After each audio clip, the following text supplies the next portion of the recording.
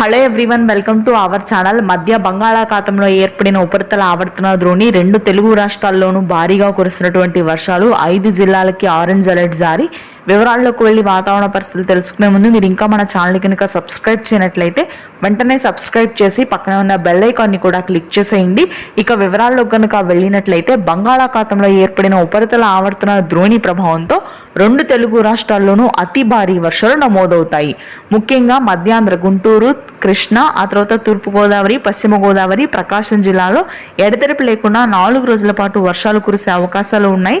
అల్పపీడనం వాయుగుండంగా మారితే శ్రీకాకుళం, విజయనగరం, విశాఖపట్నం ప్రాంతాల్లో ఇప్పటి వరకు కురిసినటువంటి వర్షాల కంటే మరింతగా వర్షాలు పెరిగే అవకాశం ఉంది. అల్పపీడన ప్రభావంతో ఏజెన్సీ ప్రాంతాలు, అటవీ ప్రాంతాల్లో భారీ వర్షపాతం నమోదవుతుంది.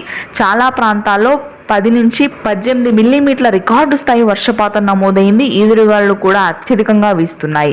తెలంగాణ వ్యాప్తంగా భారీ వర్షాలు ఈ రోజు నుంచి మొదలు కానున్నాయి. హైదరాబాద్ నగర ప్రాంతం మొత్తం కూడా భారీ వర్షాలు, ఉత్తర తెలంగాణ ఆదిలాబాద్, ఆసిఫాబాద్, నిర్మల్, మంచిర్యాల, ఖమ్మం, భద్రాద్రి, కొత్తగూడెం, జగిత్యాల, కరీంనగర్, వరంగల్ ప్రాంతాల్లో భారీ వర్షాలు కురుస్తాయి. ఇక దక్షిణ తెలంగాణ, దక్షిణ రాయలసీమలో మోస్తరు వర్షాలు.